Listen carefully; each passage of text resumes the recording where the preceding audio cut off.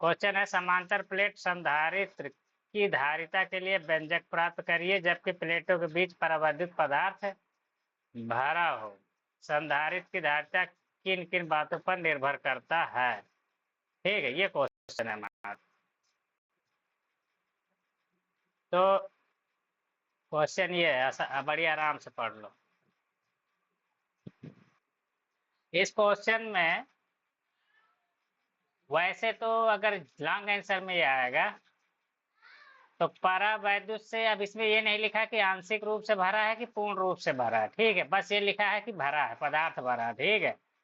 लेकिन तुम डराइव करना यही वाला, ठीक है, अगर कुछ न मेंशन करे कि आंशिक रूप से भरा है कि पूर्ण रूप से भरा है, ठीक है।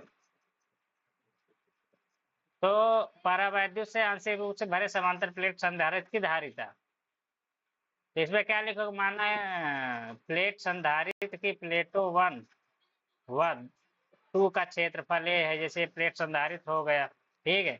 इसमें हमने दिखाया नहीं, कायदे दिखाना भी चाहिए। इसका क्षेत्रफल कितना है ए, और इसका भी क्षेत्रफल, दोनों का कितना होगा ए ए, ठीक है। फिर इनके बीच की दूरी डी, ये वाली दूरी डी हो जाएगी। प्लेटों के बीच परावैद्युत पदार्थ टी मोटाई का कोई भर दो, यहाँ पे हमने नहीं बनाया क्या, बनाना चाहिए था, यहाँ पे टी मोटाई का कोई परावैद्युत पदार्थ भर दिए। इसकी मोटाई कितनी है, इसकी ये वाली, ये टी मोटाई का, ठीक है। फिर क्या है, ये वाली टी का मान इस डी से कम होगा तभी तो इसके बीच में आएगा, नहीं तो फिर अंदर, इसके अंदर आएगा ही नहीं। तो मोटाई की पट्टी रखी है। परावैद्युत का जो परावैद्युत है, ये पदार्थ ये वाला, इसका परावैद्युतांक कितना है, के है, ठीक है। इधर एयर होगी, इधर एयर होगी, ठीक, या निर्वात होगा, जो भी कह लो। अब इसको, हालांकि कुछ लोग इसको ऐसे भी जोड़ देते हैं सेल वगैरह से। अब नीचे बनाने की जगह नहीं है सेल बैटरी, तो मैं ऊपर बना देता हूँ, क्या दिक्कत। ऐसे इसमें कोई बाउंडेशन नहीं है, सेल बैटरी आज इधर बनाना हो बना दो, ठीक है। अच्छा, प्लेटो Q1 व प्लेटो को प्लस क्यू और माइनस क्यू आवेश देने पर प्लेटों के बीच वायु में वैद्युत क्षेत्र की तीव्रता, वायु क्या होगी, ये वाली होगी वायु, ये भी वायु होगा, ठीक है। कितना होगा, E nought equal to sigma upon में एप्सिलॉन नॉट। ई नॉट क्या हो गया कि ऐसा एरिया जहाँ पे परावैद्युतांक एयर हवा वाला, ठीक है, निर्वात या हवा के लिए ई नॉट का यूज करते हैं, तो सिग्मा अपान एप्सिलॉन नॉट हो जाएगा। अब चूंकि सिग्मा इक्वल टू क्यू अपान ए होता है, तो यहाँ पे क्यू अपान ए वैल्यू सिग्मा की डाल दोगे तो ये मेरे को एक रिलेशन मिल गया, ठीक है। तो यहाँ पे ये वाला, यहाँ तक तो सब लोग कर लोगे। प्लेटों के बीच परावैद्युत में परावैद्युत क्षेत्र की तीव्रता, ये जो परावैद्युत पदार्थ है ये वाला, ठीक है, ये वाला, इसको चाहे चाहे तो ऐसे ऐसे कर देना डैश डैश। तो इसकी यहाँ पे वैद्युत क्षेत्र की तीव्रता एप्सिलॉन अपान में के, यहाँ पे एक्स्ट्रा आ जाएगा, एप्सिलॉन की जगह एप्सिलॉन के एप्सिलॉन नॉट हो जाएगा, और नॉट यहाँ पे हटा दिया है इसलिए कि यहाँ पे कोई निर्वात या एयर नहीं है। यहाँ पे फिर से सिग्मा की जगह क्यू अपान ए वैल्यू डालोगे, ठीक है। ये इतनी बात आ गई। अब मेरे को दो टाइप के वैद्युत क्षेत्र मिल गए।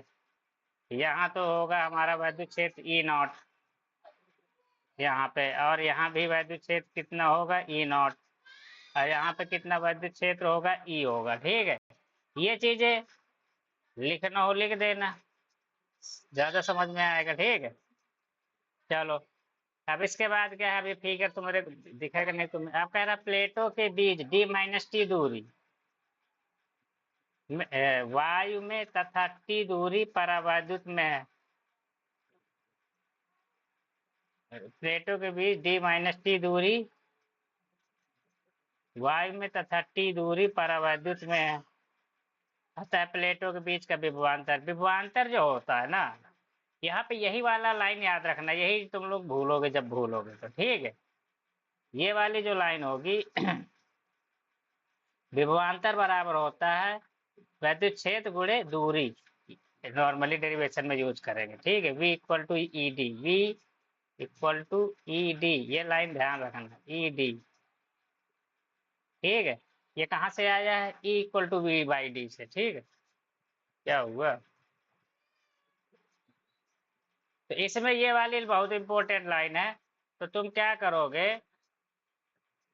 यहाँ पे देखो, पहले तो ये वाला और प्लस ये वाला दोनों को मिला के एक साथ निकाल देते हैं। तो ये वाली दूरी जो टोटल मिला के होगी डी माइनस टी के बराबर होगी, ठीक है। तो E nought into D minus T, जहां जहां ई नाट है, इस एरिया में ई नाट है, इस एरिया में ई नाट है, इस पूरे एरिया की डिस्टेंस कितनी है? डी माइनस टी होगी। तो D minus T into E not. और जो बीच वाला ये वाला है एरिया, इसकी डिस्टेंस कितनी है? टी मोटाई, ठीक है, डिस्टेंस या दूरी जो भी कह लो। तो ये ई टी हो जाएगा, ठीक है। तो इसको याद रखने के तरीके से मैं बता रहा हूँ, कॉन्सेप्ट पे ज्यादा जा नहीं रहा मैं। तो v equal to Q upon में एप्सिलॉन नॉट, ये तो पहले से वैल्यू हमको पिछले पेज में हम निकाल ही चुके हैं इसकी।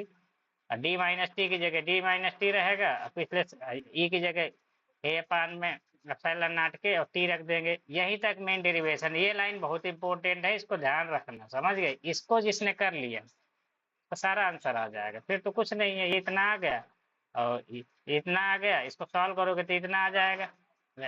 और संधारित्र धारिता बराबर होता है C equal to Q by V. V की वैल्यू इतनी निकाल रखे हो, यहाँ पे सेम वैल्यू सेम उतार दोगे यहाँ पे। इसको सॉल्व करोगे तो क्यू कट जाएगा, तो सी इक्वल टू ये एप्सिलॉन नॉट है, ये एप्सिलॉन नॉट कॉमन करके ऊपर ले जाओगे तो ए एप्सिलॉन नॉट हो जाएगा, और नीचे डी माइनस टी बचेगा, और ये वाला टी बाई के बचेगा। खत्म कहानी, समझ गए? तो ये हो इतना तुम्हारा डेरिवेशन, ठीक है।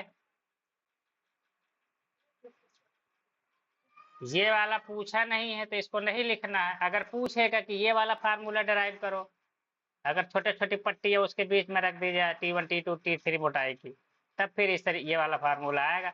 हालांकि इसमें न्यूमेरिकल आते हैं, इसको डिराइव करने के लिए जब बोलेगा तो एक लाइन बढ़ा के इतना लिख देना। वैसे पूछा नहीं गया लगभग लगभग ये, इन केस अगर पूछा जाए तो देखो ये लिखा हुआ है, जैसे सूत्र C equal to A epsilon not by D से, ये कई बार पूछा गया है ये बात, तो इसको ध्यान रखना। C equal to C directly proportional to A, इस वाले फार्मूला से C directly proportional to D, C is inversely proportional to D होगा, C direct proportional to K भी होगा। तो 3 पॉइंट तुमको यहीं से मिल जाएंगे।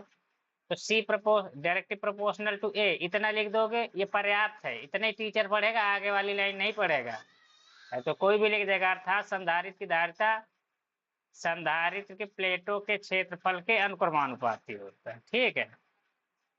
अब दूसरा पॉइंट क्या है, अब तुम इसको के इक्वल प्रोपोर्शनल कर दो, सी डायरेक्ट प्रोपोर्शनल टू के।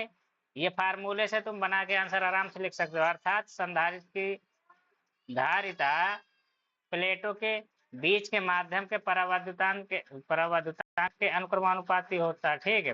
तीसरा क्या है, C equal to C directly proportional to 1/d, अर्थात संधारित्र की धारिता प्लेटों के बीच की दूरी के व्युत्क्रमानुपाती होता है। ये 3 पॉइंट लिख दिए, खत्म कहानी। अच्छा, ये चौथा पॉइंट इंपोर्टेंट पॉइंट है, इसको अगर लिख दोगे तो ठीक है, नहीं भी लिखोगे तो कोई फर्क नहीं पड़ता। संधारित्र की धारिता प्लेटों की मोटाई उन पर आवेश व उनके बीच के विभवांतर पर निर्भर नहीं करता। ये लाइन बहुत इंपॉर्टेंट है, ये वाला पॉइंट, विभवांतर पर निर्भर या आवेश पर निर्भर नहीं करता, ठीक है। ये कई बार कॉम्पिटिटिव एग्जाम में काम देगा, ठीक है, इसलिए मैंने इसमें स्टार लगा रखा, ठीक है। अच्छा, बच्चा होगा, देखो इसकी जगह पे ये वाला डेरिवेशन भी कर सकते हो। कौन सा? समांतर प्लेट संधारित्र का यहाँ से डेरिवेशन, ठीक है। अब फिर वो नहीं करना आंशिक रूप से वाला, ठीक है। अच्छा, एक चीज और, आंशिक रूप से जब डेरिवेशन करना तो इसमें एक चीज लिखना पड़ेगा, यदि d इक्वल टू टी, समझ में आई बात? यदि d इक्वल टू टी कर दोगे तो पूरे पदार्थ में टी के परावर्तन, पूरे संधारित्र के बीच में ये वाला जो टी है पूरा डी के बराबर हो जाएगा। पूरे पदार्थ, पूरे वो संधारित्र के अंदर तुमने पूरे संधारित्र के अंदर के परावर्तनांक का पदार्थ भर दिया, इसका मीनिंग ये होता है। फिर से सुन लो, अगर d इक्वल टू टी लिख दूं मैं, d इक्वल टू टी, तो इसका मीनिंग क्या होता है कि पूरे डी, पूरी यहाँ से यहाँ तक के बीच में के परावैद्युतांक का पदार्थ तुमने भर दिया। तो यहाँ पे जब इसमें डालोगे, यहाँ पे इस वाले फार्मूले में c इक्वल टू क्या लिखा हुआ है, ए एप्सिलॉन नॉट अपान में डी माइनस टी प्लस में टी बाई के लिखा है ना। अब इसमें डी की जगह टी डालोगे तो क्या आ जाएगा, ए एप्सिलॉन नॉट डी, यहाँ पे क्या आ जाएगा, डी माइनस डी प्लस में डी बाई के। ठीक है, तो यहाँ से आंसर क्या आ जाएगा, ए एप्सिलॉन नॉट, ये डी से तो डी कट गया, जीरो हो गया, के ऊपर चला जाएगा बटे में डी, तो के परावैद्युतांक के पदार्थ के लिए आ गया तुम्हारा डेरिवेशन। इस तरीके से ये वाला डेरिवेशन प्राप्त कर सकते हैं, लेकिन ये बहुत इंपॉर्टेंट है, कई बार पूछा गया है।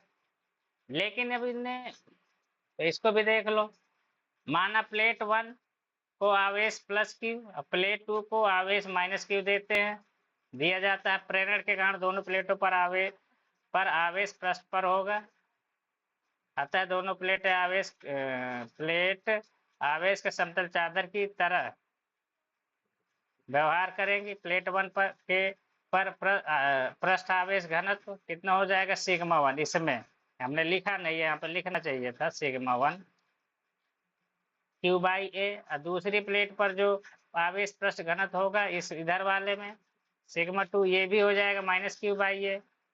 ठीक है, फिर क्या होगा, यदि प्लेटों के बीच प्लेट 1 तथा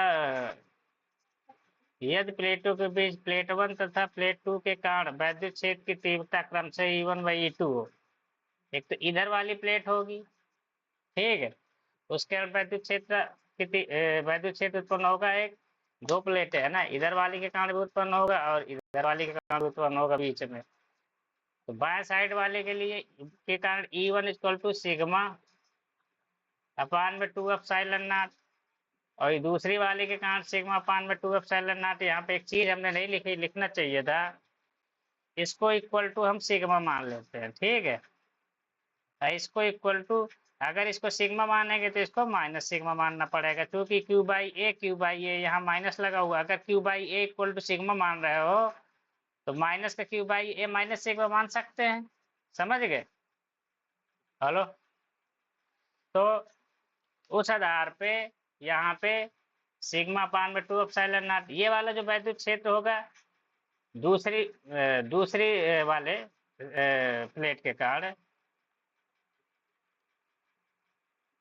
वो विपरीत दिशा में होगा, क्योंकि उसका जो आवेश पृष्ठ घनत्व है विपरीत साइन का है। अतः प्लेटों के बीच वैद्युत क्षेत्र की तीव्रता E equal to E1 plus E2 equal to sigma पान में 2 एप्सिलॉन नॉट इक्वल टू दो, एक तो होगा प्लेट 1 से 2 की ओर, प्लेट 1 से 2, दोनों केस में एक ही साइड में होगा, ठीक है, दोनों को जोड़ दोगे डायरेक्ट जुड़ जाएंगे ये, यहाँ पे फिर दोनों का सम हो जाएगा, E इक्वल टू सिग्मा पान में एप्सिलॉन नॉट आ गया। आता है प्लेटों के बीच का विभवांतर, प्लेटों के बीच का विभवांतर वैद्युत क्षेत्र गुणे बीच की दूरी होता है, तो यहाँ भी इक्वल टू इसकी E की वैल्यू यहाँ पे पुट कर दोगे तो V equal to A Q upon में एप्सिलॉन नॉट इंटू डी आ जाएगा। यहाँ पे हमने क्या किया है, सिग्मा की वैल्यू रख दिया है, ये क्यू अपान में एप्सिलॉन नॉट होगा, ठीक है। अब क्या आता है संधारित्र की धारिता, C equal to Q by V, अब वी की वैल्यू वाली पुट कर दोगे तो ये डेरिवेशन आ गया, C equal to epsilon not by V. इसमें एक लाइन एक्स्ट्रा ये वाली लिखनी पड़ेगी, यदि संधारित्र की प्लेटों के बीच के माध्यम का परावैद्युतांक के हो तो क्या होगा, सी इक्वल टू, नहीं एप्सिलॉन की जगह एप्सिलॉन नॉट के रखना पड़ेगा, यहाँ पे रख देंगे सी इक्वल टू एप्सिलॉन नॉट के बाई डी, ये वाला डेरिवेशन यहाँ। तो इसको कंटिन्यूअस यहाँ तक करते जाओगे, अब फिर देखो हमने यहाँ से यहाँ तक कर दिया तो पूरा एकदम एक लाइन से मिल रहा है डेरिवेशन यहाँ तक, ठीक।